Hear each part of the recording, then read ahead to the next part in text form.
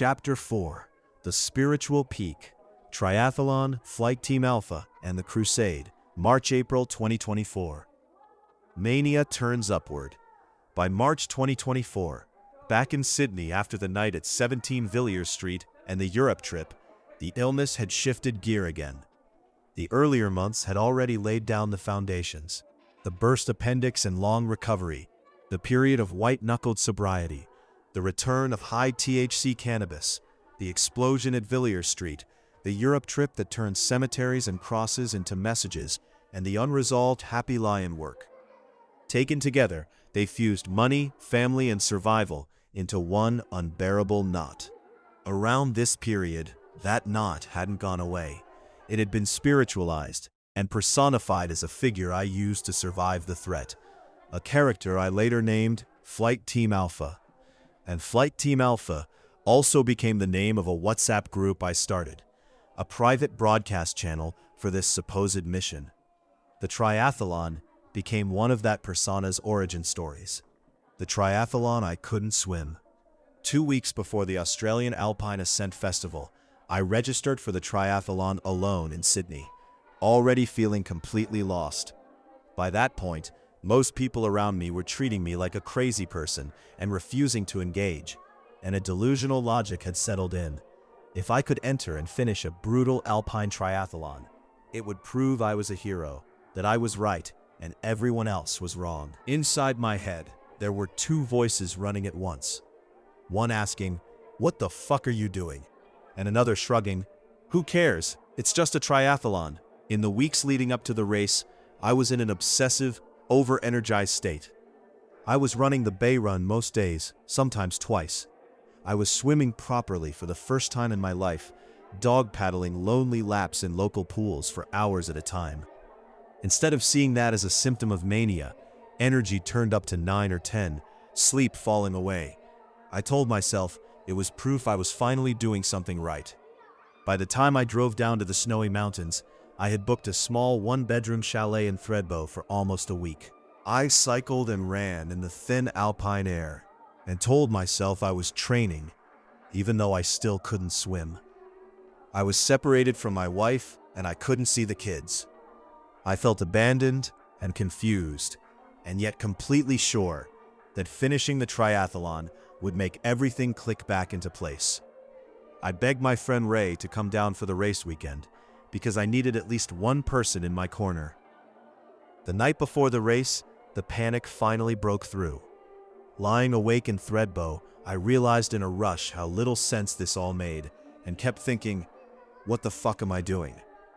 That fear didn't lead me to withdraw, it just made me double down. On race morning, I smoked cannabis heavily to calm my nerves, and drove from Thredbo down to Jindabyne in a daze. I arrived late and underprepared, a regular road bike with a thick chain lock still attached, board shorts instead of a wetsuit, and no real idea how to handle a 1.4-kilometer lake swim. The organizer looked me up and down with a kind of "what the fuck are you doing here" expression. I begged to be let start, reassuring him and myself that it would be fine, that people do marathons in costumes all the time. Underneath that bravado was a mix of superiority and desperation. I told myself I was doing this for a more important reason than anyone else on the start line. At the edge of Lake Jindabyne, I tried to slow everything down. I closed my eyes and tried to meditate, to center myself before the horn. One of the officials barked, "Oi, what are you falling asleep for?" And another competitor answered for me, "He's not sleeping," which only confirmed how visibly overwhelmed I was. When the race started and we hit the water, the temperature was properly cold, but there was no dramatic shock. I was hot from the cannabis and the manic energy, and it just felt like my body sliding into a different kind of intensity.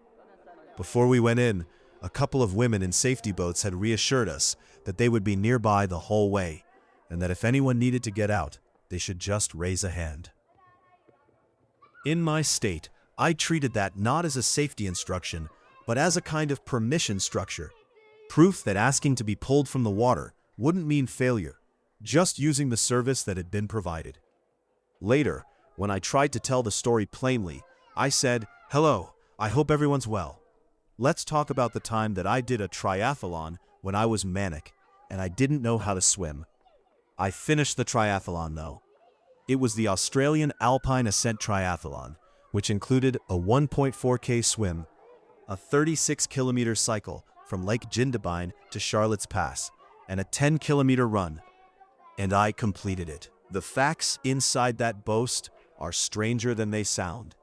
In the same narrative, I explain how quickly reality and delusion collided. I didn't swim very much. I had to be fished out of the water at about 100 or 200 meters because I didn't know how to swim. I began to dog paddle, and everyone else was like a master swimmer. Everyone was wearing a swimsuit. I just had my board shorts on because I was delusional and I'd lost touch with reality. What that quote skips over is the moment when the bubble burst. Out in the lake, I saw a man ahead of me struggling and tried to dog paddle toward him. After what felt like a long effort, probably close to 20 minutes, I realized I had barely moved 20 meters. I was exhausted in the water, but still nowhere. The safety boat came across and I raised my hand. Not in panic, but with a strange sense of entitlement and rationalization. I couldn't really swim. I wasn't the first to get out. The boats were there for this exact purpose. Being hauled into the boat felt less like failure and more like using a service that was on offer.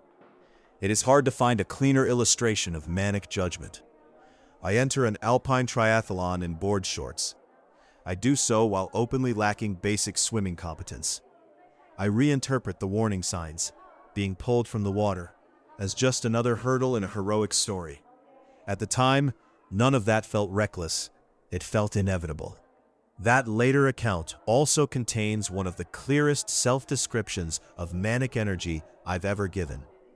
I had so much energy, and I didn't know what to do with that energy. You know, I could have easily ran 100 kilometers a day. Because I was also struggling with delusions of grandeur, I thought that God had put this extra energy in me for a reason, and I was supposed to do something. Clinically, that reads like a textbook: a decreased need for sleep, a subjective sense of limitless stamina, and an overlay of religious or grandiose meaning. God had put this extra energy in me for a reason. But for me at the time, it felt like deliverance. I had been depressed for so long, as I later put it. And suddenly, I'd been so depressed for so long, years, and then all of a sudden, I was euphoric, and I had so much energy, and I didn't need sleep. The complete opposite of the way that I was when I was depressed. The contrast made it incredibly hard to see the danger. When you go from years of dragging yourself through fog to a state where 100 kilometers a day feels plausible, it is almost impossible not to interpret that shift as a gift, a sign, or a calling. That belief that the energy itself was sacred is what made Jindabyne more than just a race venue. It became an altar. In hindsight, I can reconstruct the basic facts using both the event information and my own later commentary. The Australian Alpine Ascent Festival ran in the snowy mountains, with races based around Lake Jindabyne and the climb toward Charlotte's Pass. My version was built around a 1.4-kilometer swim in Lake Jindabyne, a 36-kilometer climb to Charlotte's Pass on the bike, and a 10-kilometer run on legs that were already overused from months of manic exercise. On paper, the 36-kilometer ride from Jindabyne up towards Charlotte's Pass takes a little over an hour. In my case, it took 5 or 6 hours, and I still remember how little genuine exhaustion I felt. It was as if the failed swim didn't really count, because I didn't know how to swim, while the ride did count because I knew how to pedal a bike. The logic was simple. The swim could be written off. The bike would redeem it. The way I tell the story later is pointed. As soon as I went into the water, I realized that something was wrong. I had to finish the triathlon. I was so slow, but it was important for me to finish. You understand what it means when you finish. It'll make sense when you finish. This is pure manic logic. A moment of dawning reality, something was wrong, is immediately overridden. Finishing is turned into a kind of magical key. Once you cross the line, the whole mess of life will make sense. The punchline of that same narrative is devastating and honest. And I finished, and nothing made sense. I still felt lost. The triathlon didn't achieve what it was supposed to achieve.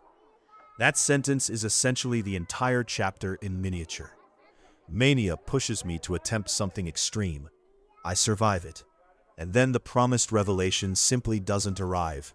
The suffering and confusion are still there, untouched. Jindabyne, Gabby, and Flight Team Alpha. The second half of that later video quietly pivots away from race splits and towards something much more important. Part of the reason why I developed a strong fondness or a bond with Gabby, he's pictured there with me and my brother-in-law, is because of the triathlon, because of Jindabyne, because I love Jindabyne. That had special meaning for me last year. And so by extension, Gabby had a lot of special meaning for me as well, because he had an apartment in Jindabyne. He helped me when I needed someone the most, and I felt it was a sign from God that Gabby reached out to me, and he's got a place in Jindabyne. Here the manic frame, sign from God, is still there, but the object has shifted. Instead of the triathlon being the miracle becomes a human being who shows up at the right time. The sacredness is displaced from the event to the relationship. In the analysis I later wrote about that video, I state the conclusion directly. The event's lasting legacy is not the medal or the completion, but the bond formed with Gabby. The mania-driven pursuit of a superhuman task failed, but the human connection born from the period of struggle provided the genuine support and meaning the speaker was actually seeking. This is important therapeutically, because it shows a movement away from the manic logic of I will fix everything with a grand gesture, and toward the quieter, more sustainable reality. Jindabyne keeps its symbolic weight. Alpine air, cold water, the sense of being on the edge of the country. But the meaning now rests in memory and relationship, not in the myth of heroic suffering. In later forensic summaries of this period, I described the way my mind built a personal mythology to hold these contradictions together. The financial betrayal around the $96,000 payment from the construction company TQM that was diverted to my cousin. The long history of family violence and fear around Salam, and the sense that mainstream legal channels were either corrupted or indifferent. Those reconstructions argue that, under pressure, my brain generated a kind of superhero operating system. Faced with the financial threat of the cousin, Majid, and the existential threat of the ghost, Salam, the subject's mind generated a superhero persona, Flight Team Alpha, to survive. The Andrews Clubhouse episodes were not crimes. They were the desperate broadcasts of a man who felt silenced by his family and the legal system. The triathlon sits neatly inside that mythology. Physically, it's a proof of concept that this superhero can do impossible things. Spiritually, it's a ritual of purification. If I can finish this, I will be worthy to confront the past. Socially, through the videos and posts, it becomes content for the Flight Team Alpha narrative, something to point to when I tell others, look, I'm not crazy. I'm doing something important. From the outside, it looks like a middle-aged man in board shorts being pulled from a freezing lake. From the inside, at the time, it felt like the origin episode of a Marvel character. That mismatch between internal narrative and external reality is the fault line that runs through this whole chapter. Church emails and the Crusade. Around this same period, I escalated my conflict with my Uncle Charlie into the formal systems that, in my mind, were supposed to deliver justice: the police and the church. I lodged a report with Bankstown Police about Charlie's harassment. The paperwork carries event number E1153676590, and even the calling card from Bankstown LAC notes, Andrew, PLS contact us or attend Bankstown Police Station ASAP. You are not in trouble, which shows how seriously they took the volume of material I was submitting. Instead of letting the police report sit in that channel, I turned it into a kind of manifesto. I emailed a PDF of the report to a large distribution list, the monastery's reception address at St. Charbel's, my web developer, TQM accounts, my accountant, my lawyer Tony, multiple uncles, my mother, and my cousin.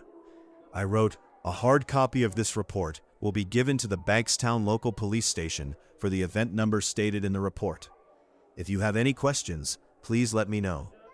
As the days went on, I kept adding supplementary material to that same list. Screenshots of Charlie's taunting messages, domestic violence allegations, and all email correspondence touching the matter. In one email, I attached a document of Facebook posts and linked to an NCAT audio recording where Charlie was removed as Tony's attorney. I framed this as proof of his character and my role as Tony's defender. The content of those attachments shows how completely the triathlon narrative, the domestic violence crusade, and the church conflict were fused in my mind. My posts from that time read like a running commentary on training and spiritual warfare. Early morning bay run, need to get my time under 40 minutes. Then 20 laps at Drummoyne Swimming Center before free weights with Rye. #triathlon. First lap around the bay, thank you God. Second time running around the bay, foot on the devil's neck the entire time. #domestic violence awareness. 50 laps done. That's 2.5 km. Thank God for giving me the strength to overcome my demons. The name of the largest demon is Majid Saeed Taouk, my father and my abuser. The exercise data, bay runs, 50 pool laps, 16 kilometers to Bondi, and the religious language, thank God, demons, foot on the devil's neck, are wrapped around explicit accusations against family members. I was literally tracking triathlon training while publicly naming relatives as abusers and demons, and then bundling those posts into exhibits for both police and church. The list I drafted, titled Domestic Violence Victims of Charles Charbel, aka Charlie Taouk, is another example. It names 20 people, siblings, nieces, nephews, even my grandfather, as victims, with phone numbers and addresses attached. I include myself as harassment and intimidation, and Tony as assault, and I send this list to the monastery, the police, and the broader family as if I am compiling a formal charge sheet. The monastery eventually replied, "We have been overwhelmed with all your emails. We are a monastery and church. We have nothing to do with your personal legal problems. This email is only to be used for church bookings and arrangements." My response shows how unable I was in that state to hear what they were actually saying. You advertised a private business inside a church, and the owner was my uncle who abused myself and my brother. You will not stop receiving emails from me. If you are overwhelmed, I suggest you pray or speak to the police or your lawyer. From a stable vantage point, those two emails side by side are confronting. The monastery is trying to set a simple boundary. This address is for church bookings, not your family dispute. I experience that as complicity and respond with a threat of endless contact, justified theologically, pray, and legally, speak to the police or your lawyer. So the dynamic here is not just turning grief into theology. It is turning a real history of harm and silence into a full-scale prosecutorial campaign that drags church staff, police, business contacts, and extended family into the same storm, all under the banner of moral necessity. TQM and the 96K. The same email threads show how completely I folded TQM into this crusade. In every round of the Charlie Taouk report correspondence, TQM accounts is on the to line, receiving the police report, the supplementary PDFs, the domestic violence lists, and the Facebook screenshots, alongside the monastery and my relatives. That alone says a lot. TQM were my contractor. Their direct interest was in construction work, payments, and project documentation. In the background was a real financial injury, roughly $96,000, paid by TQM into my cousin Majid's account instead of the proper channel. Money that he and my uncle held onto while subcontractors chased payment. But by this stage, I was no longer treating it as a discrete commercial dispute. Instead, as my mania built, they were being CC'd on police reports about my uncle, NCAT audio links, and long emails about domestic violence and church leadership. The boundaries between family war, church scandal, and commercial relationship had dissolved. On Facebook, I put the link even more explicitly. In a post celebrating the triathlon result, I write, AAA standard done. Couldn't swim 4 weeks ago. See what you can do when you remove the toxic thoughts and people in your life. Charlie said Tauk is a predator that preys on vulnerable people. My father, Majid said Tauk, is an abusive criminal. Nothing more, nothing less. Andrew Tauk is back. 5 years to get out of the sunken place. In another, I list the ways my family has allegedly harmed me and explicitly bring TQM into it.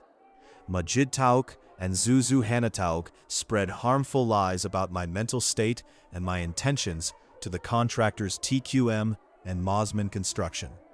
Majid Tauk and Zuzu Hana Tauk convinced head office to transfer money into someone else's account, this preventing me from receiving $40,000.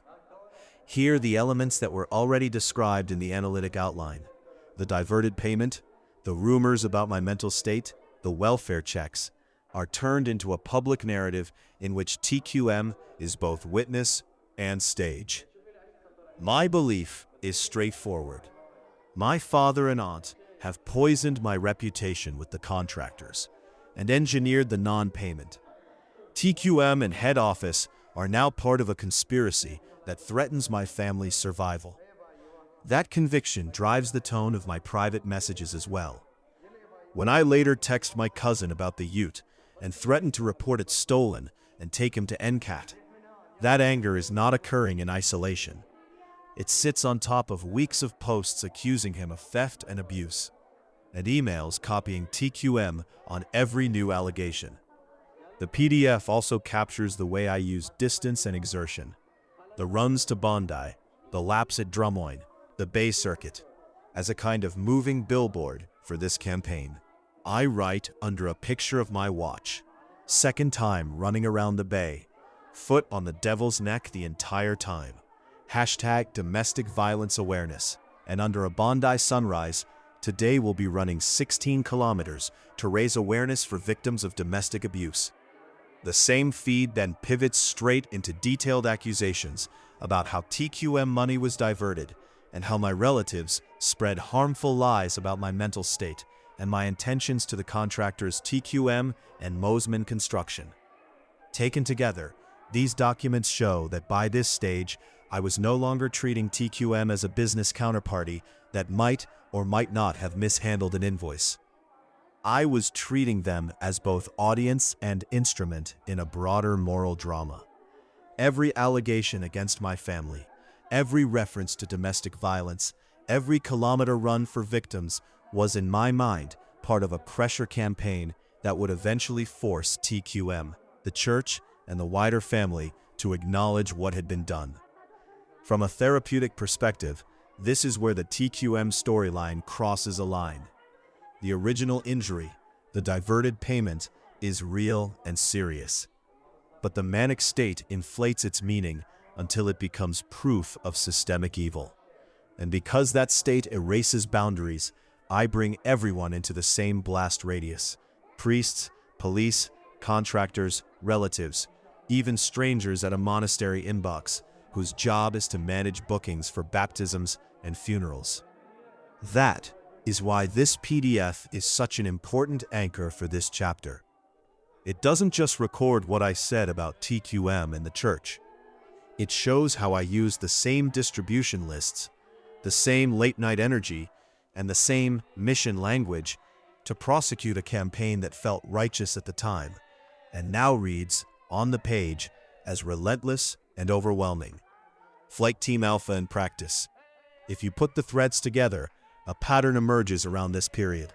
Physically, I am pushing my body toward extremes: long runs, sleepless nights, and then a brutal alpine triathlon that I am not trained for, which I nevertheless finish. Spiritually, I am writing to the church, as if I am prosecuting a case before God Himself, oscillating between confession and accusation. Financially, I am hammering inboxes and family chats about TQM, the missing money and the ute, convinced that if I just write one more email, frame it one more way, somebody will finally understand and correct the injustice. All of it is driven by the same manic conviction that I have been given extra energy and insight for a reason, and that to waste it would be a kind of moral failure. Flight Team Alpha was both the name I gave that superhero framework in my head and the WhatsApp group I used as its broadcast tower. I had first created the group on an earlier Europe trip with cousins like Francis and Majid. During this 2024 period, I renamed and hijacked it, adding cousins, friends, and almost anyone in my contacts in manic bursts so that they could witness the mission. I rarely posted selfies.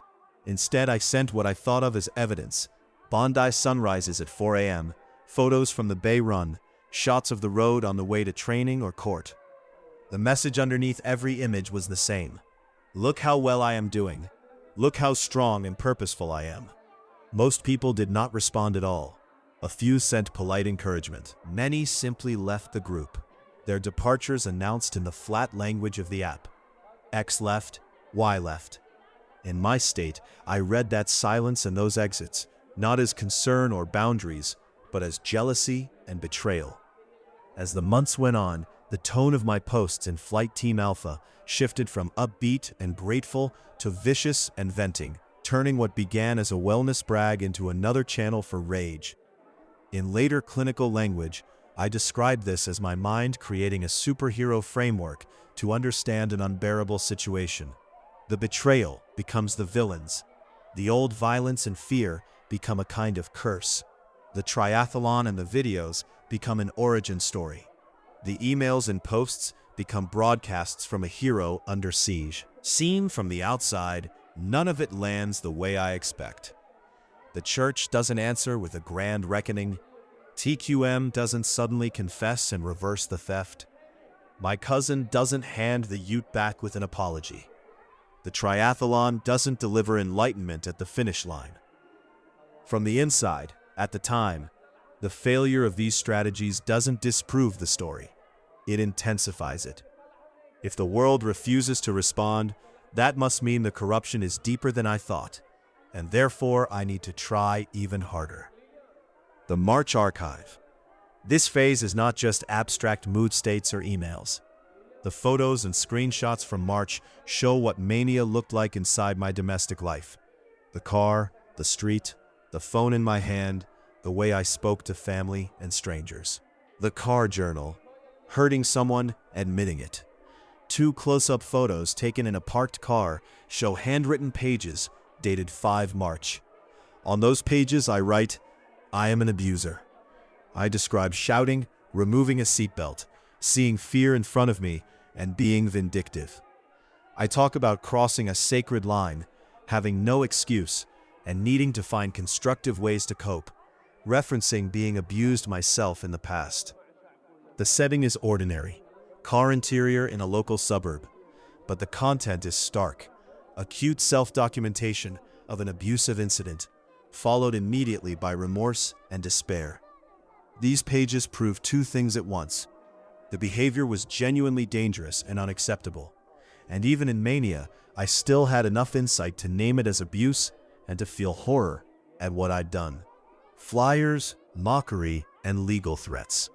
A screenshot of a text exchange with an uncle on the weekend of 9 to 10 March shows him mocking me on the Saturday, and me replying the next morning that I am printing flyers to create awareness about abuse. Police and church reports, Cha. Within days, another screenshot from the same uncle records a different tone. On a weekday morning, he warns me to take down posts or face a court order requiring me to delete all my content. The sequence is clear: an internal collapse into shame, followed by an external awareness campaign of flyers and posts, and then legal pushback with the threat of real consequences. The police and church bundle. shows how, once lawyers or police are mentioned, I tend to escalate rather than pull back. I send more material, more screenshots, more allegations. These messages are the domestic ground-level version of that escalation. Family contact as threat, and the nice chat with cops. Screenshots of a text thread with Auntie Gata show how paranoid and combative my communication had become. In one message, she simply asks if I am home. I refuse contact and threaten to call the police if she comes over. Later that afternoon, I write back, "Cops came over. We had a really nice chat," claiming the police agreed with my campaign to out abusers and that I asked them to write a report. The police record in the PDF does show contact, but nothing like the enthusiastic endorsement I describe. Police and church reports, chaw. The gap between official notes and my text to family is a good example of how mania colors memory. Ordinary police procedure becomes validation and encouragement in my retelling. A follow-up email headed "False Allegations" sent to Gata, Charles, Marone, and Majid pushes this further. I aggressively deny that their concerns are genuine and threaten legal action against Gata for false welfare checks.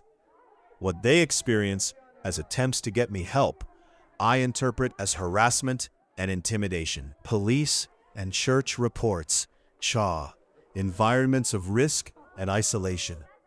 Other photos document where I was spending time. One shows my forearm resting on a low wall, watch visible, with a red rash or scarring on the wrist, evidence of the blue bottle sting I sustained at the beach in late February. Another shows a large, unfinished concrete interior, full of debris and discarded objects, including syringes on the floor, with no people present. A third is a dusk shot of a Sydney rock pool, probably Fairy Bower, empty except for one distant figure against dark water and horizon. Together, these images form a mood board: injury, dereliction, harsh ocean edges, empty spaces. They match the internal sense I describe elsewhere, of being on a harsh mission, alone, pushed to the margins of the city, training and brooding while everyone else sleeps. Public posts and memes, from accusation to power play. The archive also captures several public posts from early and mid-March. In one Facebook image, I appear with fresh blood on my forehead, while publicly labeling Charlie a predator who bashes women, girls, and boys. Police and church reports, cha. Another is a meme with text calling a male relative a cocaine-snorting thief like his Uncle Charlie and Majid, repeating the betrayal and drug themes from my private narrative. Police and church reports, cha. In a separate status update marked "Feeling Blessed," I write that David needs to step down as leader of the Talc Association. He is an ineffective and weak leader, effectively calling for a change in community leadership. These posts sit alongside the triathlon training updates and domestic violence hashtags that I later bundled into exhibits for police and church. They show delusional aggression, naming relatives as predators and criminals in public, often while injured or sleep-deprived. Paranoid fixation, repeating Majid's name in connection with theft and cocaine, reinforcing the TQM and youth storylines. And grandiose power plays, demanding that community leaders step down and positioning myself as the truth teller who will clean house. A quieter reference point. Amid all of this, there is one calmer photo. Me standing with Uncle Zuzu on a boat on a lake or reservoir, dry hills in the background. There is no blood, no caption about demons or domestic violence, just two people on a boat. I keep that image in the log as a timeline marker, a reminder that not every interaction with my extended family is conflict, and that there was a version of me that could exist in those spaces without flyers, memes, or police reports. Taken together, this March archive shows how the same forces driving the triathlon and the TQM Crusade were playing out at street level. In the way I yelled and then wrote, "I am an abuser" in a parked car. In the way I printed flyers and posted memes.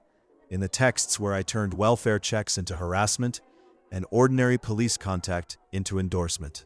It anchors the chapter in concrete, time-stamped moments inside Sydney, so I cannot reduce this period to abstract spiritual struggle or financial injustice.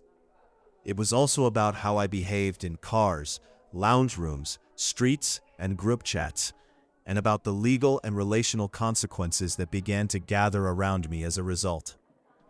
How I read this phase now. Looking back from a stable vantage point, this chapter of the story is painful but useful. First, it shows the seduction of manic purpose. The triathlon, the emails, the crusades all felt coherent because they were organized around this single idea. That sense of mission is intoxicating when you've been hopeless for years.